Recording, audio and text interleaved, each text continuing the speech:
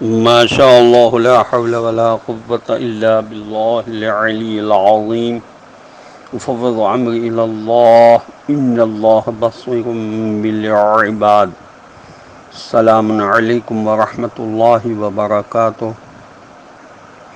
اللہ تبارک و تعالیٰ کا شکر ہے کہ میں کراچی سے تاج العلماء مولانا محمد نقی نجفی علی اللہ مقامہ کا پوتا علی احمد آپ کی خدمت میں سورہ مبارکہ فرقان کی آیات کے ساتھ حاضر خدمت ہوں۔ سورہ مبارکہ فرقان قرآن مجید کا 25 نمبر کا سورہ ہے، اس کے رکوع 3 میں 14 آیات ہیں جن کے نشانات ہیں 21 سے لے کر 34 تک۔ آیت نمبر 21 سے تلاوت کا شرف میں حاصل کر رہا ہوں۔ اعوذ باللہ من الشیطان اللعین الرجیم، بسم اللہ الرحمن الرحیم۔ وقال الذين لا يرجون لقاءنا لولا أنزل علينا الملائكة أو نرى ربنا لقد استكبروا في أنفسهم وعتوا عتوا كبيرا۔ ترجمہ: اور جو لوگ ہم سے ملنے کی کوئی امید یا خوف نہیں رکھتے وہ کہتے ہیں کیوں نہ ہم پر فرشتے اتارے گئے، یا پھر ہم اپنے پالنے والے مالکی کو اپنی آنکھوں سے دیکھ لیتے۔ حقیقتاً انہوں نے اپنے دل میں خود کو بہت بڑی چیز سمجھ رکھا ہے، اسی لیے وہ اپنی سرکشی میں حد سے گزر گئے۔ علامہ تھانی صاحب نے اپنی تفسیر میں لکھا ہے کہ کافروں کا یہ کہنا کیوں نہ ہم پر فرشتے اتارے گئے، یہ جملہ بتا رہا ہے کہ کافر اس قدر متکبر تھے کہ اپنے جیسے انسان کے سامنے سر جھکانا گوارا کرتے تھے۔ اسی لیے اس آیت میں یہ بات بتلائی گئی کہ انہوں نے اپنے دل میں خود کو بہت بڑی چیز سمجھ رکھا تھا۔ اسی طرح ان کی اصل خرابی تکبر کو قرار دیا ہے۔ یہی تکبر شیطان اور ان کافروں کی سرکشی کا اصل سبب تھا۔ آیت نمبر 22، یوم یرون الملائکۃ لا بشری یومئذ للمجرمین ویقولون حجرا محجورا۔ ترجمہ: اب جس دن وہ فرشتوں کو اپنی آنکھوں سے دیکھ لیں گے تو اس دن ان مجرموں کے لیے کوئی خوشی کی خبر نہ ہوگی۔ وہ چیخ اٹھیں گے خدا کی پناہ، یہ تو مکمل محرومی ہی محرومی اور ناکامی ہی ناکامی رہی۔ یا وہ کہیں گے کاش ہمارے اور ان عذاب کے فرشتوں کے درمیان کوئی رکاوٹ ہی ہو جاتی۔ حجرا محجورا، یہ لفظ استعمال کیے قرآن نے، اس کا مطلب ہوتا ہے کوئی رکاوٹ۔ اصل میں یہ عربی محاورہ ہے۔ عرب میں کوئی اگر کسی جگہ اپنے دشمن کو دیکھ لیتا اور اس سے ڈر ہوتا کہ یہ مجھے قتل کر دے گا تو وہ کہتا تھا حجرا محجورا، یعنی ہم ایک دوسرے کے قتل میں رکاوٹ ہیں، یعنی ہم دونوں کو ایک دوسرے کا قتل کرنا ممنوع ہے۔ عام طور سے ان مہینوں میں یہ الفاظ عرب استعمال کرتے تھے جن میں قتال و جدال ممنوع ہے۔ اسی طرح وہاں فرشتے ان لوگوں سے کہیں گے جو دنیا میں تکبر کرتے تھے کہ تم پر جنت کا داخلہ قطعاً ممنوع ہے۔ یا یہی فقرا کافر لوگ فرشتوں کے سامنے کہیں گے کہ ہمیں دوزخ سے دور رکھا جائے، لیکن وہاں اس جملے کا کوئی اثر نہ ہوگا، کیونکہ ایمان نہ ہونے کی وجہ سے اور تکبر ہونے کی وجہ سے ان کی تمام نیکیاں وہاں برباد ہو چکی ہوں گی۔ یہ تفسیر انوار النجف میں لکھا ہوا ہے۔ آیت نمبر 23، وَقَدِمْنَا إِلَىٰ مَا عَمِلُوا مِنْ عَمَلٍ فَجَعَلْنَاهُ هَبَاءً مَّنثُورًا۔ ترجمہ: اور جب ہم ان کے اعمال کی طرف توجہ کریں گے تو جو کچھ بھی ان کا کیا دھرا ہوگا ہم اس کو بالکل بے حقیقت گرد و غبار بنا کر اڑا دیں گے۔ تفسیر نمونہ میں لکھا ہے کہ خدا عالم کا ارشاد فرمانا کہ ہم ان کے اعمال کو ہباء یعنی غبار کے زرگوں کی طرح بکھیر دیں گے۔ ہبا غبار کے ان زرگوں کو کہتے ہیں جو صرف اس وقت دکھائی دیتے ہیں جب سورج کی کرن بند کمرے کے اندر کسی سوراخ سے آ رہی ہو، اس وقت غبار کے بہت چھوٹے چھوٹے ذرات اس کرن کی روشنی میں تیرتے دکھائی دیتے ہیں۔ مطلب یہ کہ کفار و مشرکین کے بظاہر اچھے اعمال خدا کے نزدیک انتہائی بے قیمت ہوں گے، گویا ان کو کوئی وجود ہی نہیں ہوگا۔ اس کی وجہ یہ ہے کہ انسان کے عمل کی قیمت اس کی نیت اور عقیدے پر ہوتی ہے، کیونکہ کفار و مشرکین بد عقیدہ تھے اور نیکیاں صرف نمائشی یا دنیوی فائدے سمیٹنے کے لیے کرتے ہیں، اس لیے خدا کے نزدیک ان کی کوئی قیمت نہیں ہوا کرتی۔ عمل جس قدر خدا کی خوشی یا خدا سے اجر لینے کے لیے ہوگا، اسی قدر خدا کے نزدیک قیمتی ہوگا۔ یہ تفسیر نمونہ میں لکھا ہوا ہے۔ آیت نمبر 24، اصحاب الجنت یومئذ خیر مستقرا واحسن مقیلا۔ ترجمہ، اس دن جنت والے تو بہت ہی اچھے ٹھہرنے اور عیش و آرام کرنے کی جگہ پائیں گے۔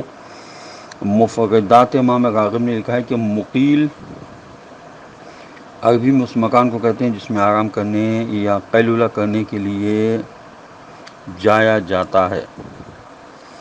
آیت نمبر 25، وَيَوْمَ تَشَقَّقُ السَّمَاءُ بِالْغَمَامِ وَنُزِّلَ الْمَلَائِكَةُ تَنزِيلًا۔ ترجمہ، اور جس دن بادل کے ساتھ ساتھ آسمان بھی پھٹ جائے گا اور فرشتوں کے پرے اتار دیے جائیں گے۔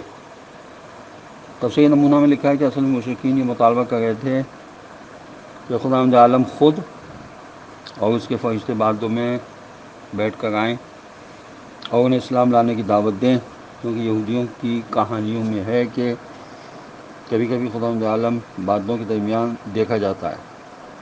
مشرکین کو اس مطالبے کا جواب دیا جا رہا ہے کہ تم یہ مطالبہ کرنے کے بجائے اس دن کی فکر کرو جب آسمان بادلوں سمیت پھٹ جائے گا اور فرشتے اترنے شروع ہو جائیں گے۔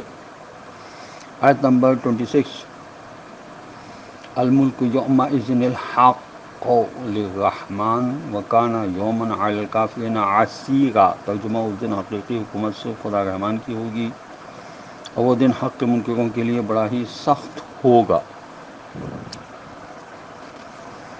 تفسیر انوار نجف میں لکھا ہے کہ یعنی اس دن ملک، حکومت و اقتدار سچ مچ اللہ رحمان کا ہوگا۔ ویسے تو تمام آسمانوں و زمین کا واحد مالک اللہ ہے، لیکن دنیا میں شاہان وقت کو عارضی طور پر حکومت حاصل ہے، پس روز قیامت تو سوائے ذات سبحانہ تعالیٰ کے کسی کی ذرہ برابر بھی حکومت نہ ہوگی اور سب اس کے فضل کے محتاج ہوں گے۔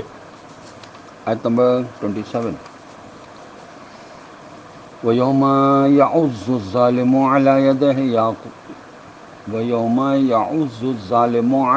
يَدَيْهِ يَقُولُ يَا لَيْتَنِي اتَّخَذْتُ مَعَ الرَّسُولِ سَبِيلًا۔ ترجمہ، اس دن ہر ظالم اپنے ہاتھوں کو اپنے دانتوں سے بری طرح کاٹتا ہوگا اور کہتا ہوگا کاش میں نے رسول صلی اللہ علیہ وسلم کا ساتھ دیا ہوتا، یا کاش میں رسول صلی اللہ علیہ وسلم کا بتایا ہوا راستہ اختیار کر لیتا۔ قیامت کے دن کافروں کا اپنے ہاتھوں کو اپنے دانتوں سے بری طرح کاٹنا انتہائی حسرت و ناکامی کے اور اس کی وجہ سے ہوگا۔ یہ تفسیر کشاف میں، تفسیر بیضاوی میں لکھا ہے۔ مفردات امام راغب نے لکھا کہ یعضو کا لفظ مز سے ہے، جس کے معنی دانتوں سے کاٹنا ہوتا ہے۔ جب انسان سخت افسوس، حسرت اور پریشانی کے عالم میں ہوتا ہے تب ہاتھوں کو دانتوں سے کاٹتا ہے۔ یہ لفظ یہاں کافروں اور ظالموں کی نہایت بری حالت اور سخت ترین حسرت و افسوس کو بتا رہا ہے۔ آیت نمبر 28، یا ویلتی لیتنی لم اتخذ فلانا خلیلا۔ ترجمہ، ہائے میری بدبختی، کاش میں نے فلاں شخص کو اپنا دوست نہ بنایا ہوتا۔ آیت کے آخر لفظ فلانن خلیلا سے کون مراد ہے؟ یہاں آیت کے آخری لفظ فلان شخص سے تو معلوم ہوتا ہے کہ وہ شخص شیطان ہوگا، مگر سوال یہ ہے کہ خداوند عالم نے فلاں شخص کے بجائے شیطان ہی کیوں نہ کہہ دیا؟ تو محققین نے نتیجہ نکالا کہ فلاں شخص سے شیطان تو مراد ہے ہی، مگر ہر وہ شخص بھی مراد ہے جس نے کسی کو حق قبول کرنے سے روکا تھا۔ ظاہر ہے کہ اولین مصداق وہ ہوگا جس نے پہلے ہی دن جب لوگوں کو ہدایت سے روک دیا تھا، جب رسول خدا صلی اللہ علیہ وسلم نے فرمایا تھا کہ مجھے دوات قلم لا دو تاکہ میں ایسی تحقیق لکھ دوں کہ تم کبھی گمراہ نہ ہو۔ یہ صحیح بخاری میں بھی ہے اور صحیح مسلم میں بھی ہے۔ تفسیر فصل خطاب میں علامہ علی نقی صاحب نے لکھا کہ حضرت امام جعفر صادق علیہ السلام سے روایت ہے کہ وہ شخص جس نے جناب رسول خدا صلی اللہ علیہ وسلم کو اس دن ہدایت کی ضمانتی تحریر کے لکھنے سے روک دیا تھا، جس کے بارے میں خود حضور صلی اللہ علیہ وسلم نے فرمایا تھا کہ پھر تم کبھی گمراہ نہ ہوگے، وہی شخص قیامت تک تمام گمراہیوں کا ذمہ دار ہے۔ یونس آیت نمبر 29۔ لقد اضلني عن الذکر بعد اذ جاءنی وکان الشیطان للانسان خذولا۔ پھر آیت پڑھ رہا ہوں۔ لقد اضلني عن الذکر بعد اذ جاءنی وکان الشیطان للانسان خذولا۔ ترجمہ: اسی بدبخت نے مجھے خدا اور رسول صلی اللہ علیہ وسلم کی نصیحت کے معنی سے بہکا دیا، حالانکہ وہ تو خود میرے پاس آئی تھی۔ وہ واقعی شیطان بڑی بے وفائی کر کے انسان کو بالکل بے سہارا چھوڑ دینے والا ہے۔ تفسیر نمونہ میں لکھا ہے کہ خداوند عالم کا یہ فرمانا کہ شیطان تو ہمیشہ ہی سے انسان کو رسوائی میں چھوڑتا ہے، یعنی شیطان پہلے تو کھینچتان کر، بلا پھسلا کر انسان کو غلط راستے پر ڈالتا ہے، پھر اسے اسی حیرانی اور سرگردانی کی حالت میں چھوڑ کر ہنستا مسکراتا چلا جاتا ہے۔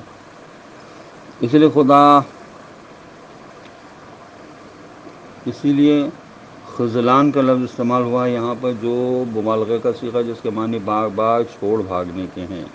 یہ ظالموں کافروں کو سخت تنبیہ کی گئی ہے کہ جس شیطان کو تم اپنا جگری دوست سمجھے اس کی باتیں مانتے چلے جا رہے ہو، وہ وقت پڑنے پر بلا کا بے وفا ثابت ہوگا اور ہوتا ہے۔ بحر الانوار میں حضرت امام محمد تقی علیہ السلام سے روایت ہے کہ برے آدمی کے ساتھ نہ بیٹھو، اس لیے کہ وہ ننگی تلوار کی طرح ہوتا ہے، جس کا ظاہر بہت خوبصورت لیکن اثر بہت خطرناک ہوتا ہے۔ آیت نمبر 30۔ وقال الرسول یا رب ان قوم اتخذوا هذا القرآن مہجورا۔ ترجمہ: اور اس وقت رسول فرمائیں گے، اے میرے پالنے والے مالک، میری امت نے تو اس قرآن کو بالکل ہی چھوڑ کر ایک طرف رکھ دیا تھا۔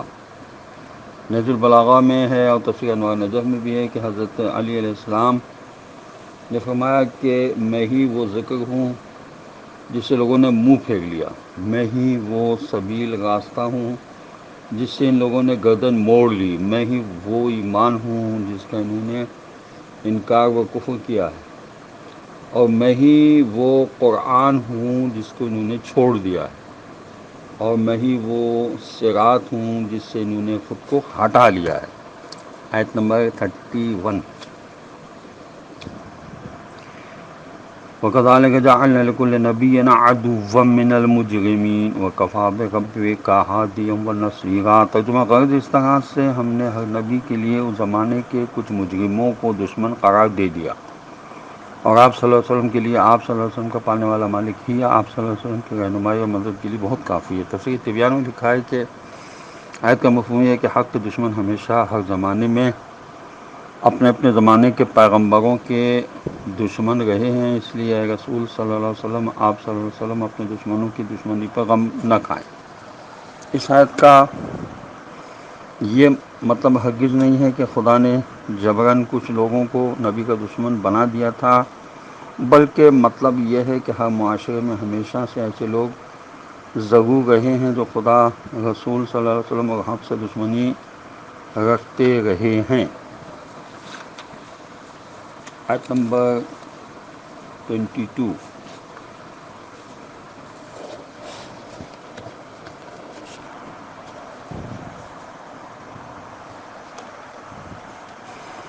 وقال الذين كفروا لولا نزل عليه القرآن جملة واحدة کذالک لنثبت به فؤادک ورتلناہ ترتیلا ترجمہ۔ اور حق منکرین کہتے ہیں کہ آخر پورے کا پورا قرآن ایک ہی ساتھ کیوں نہ اتار دیا گیا؟ ہاں، ایسا اس لیے نہیں کیا گیا تاکہ ہم اس کے ذریعے آپ صلی اللہ علیہ وسلم کے دل کو مضبوط کریں، یا اس کو اچھی طرح آپ صلی اللہ علیہ وسلم کے ذہن نشین کرتے رہیں، اور اسی لیے ہم نے اسے پوری طرح ٹھہر ٹھہر کر سنایا۔